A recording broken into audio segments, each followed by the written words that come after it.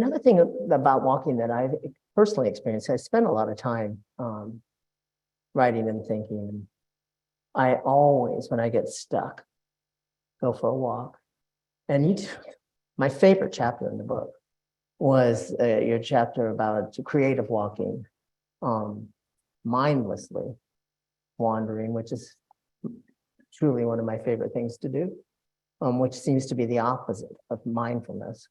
But you went through quite an elaborate description of why that actually does help us solve problems. And I would love for everybody to hear you go through that. Yeah, so I'll tell a little story first.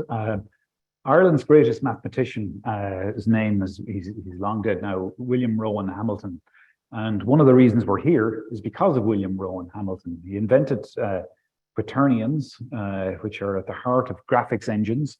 So the lovely graphics that you have over there depend on quaternion calculations. Your electric toothbrush depends on calculations he figured out as well. And the story goes that he had been trying to understand or devise this new form of mathematics. It's a very, very peculiar form of mathematics where 4 plus 2 is 6, but 2 plus 4 is not 6. So it's mathematics without commutativity.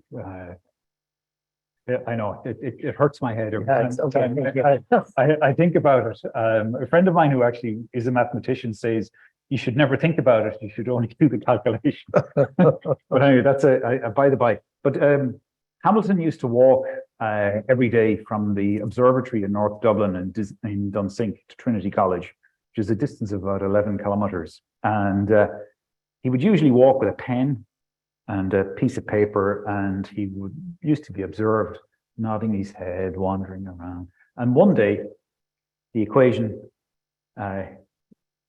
came into his head, and he had no pen, no paper, but he had a tobacco knife.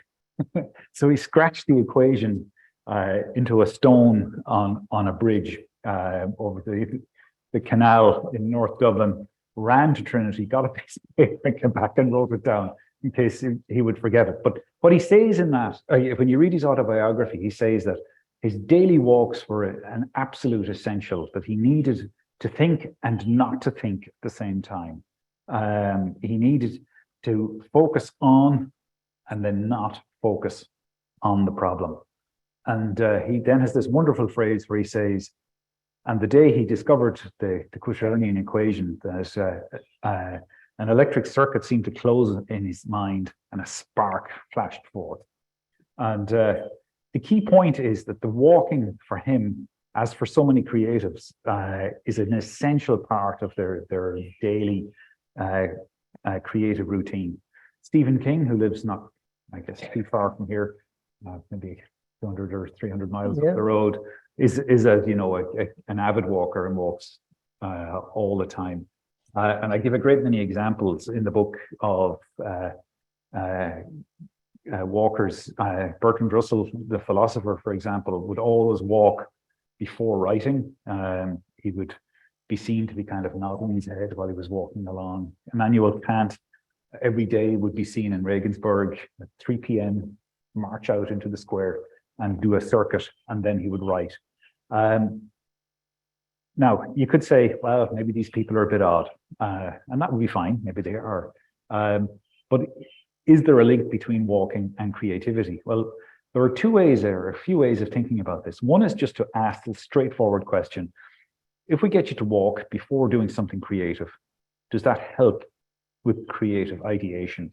And the answer is yes. And we can show that in lots of different ways. So if you're brought to the experimental psych lab and you're asked to do an experiment in creativity, typically what you'd be given is a task where you're given a series of household objects, maybe a glass, maybe a pair of spectacles, a book, or whatever it is, and you're given 30 seconds to come up with as many uses as you can for each of these objects. People vary in their ability to do this task. Some people are really good at generating lots and lots of uses, and some people are really, really bad.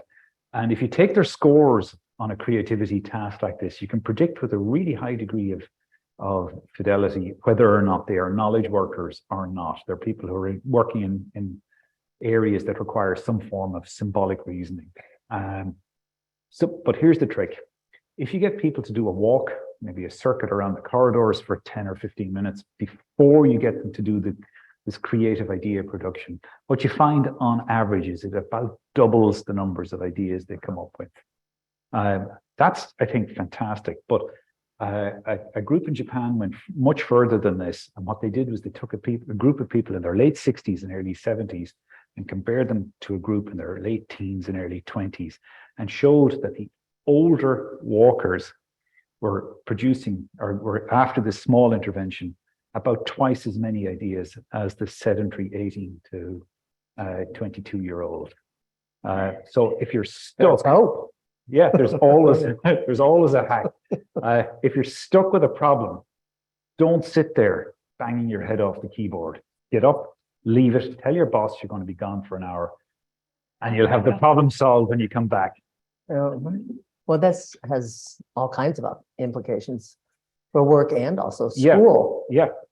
I mean, we're sitting there all the time. Which is a deeply unnatural behavior, especially if you're a 4-year-old boy.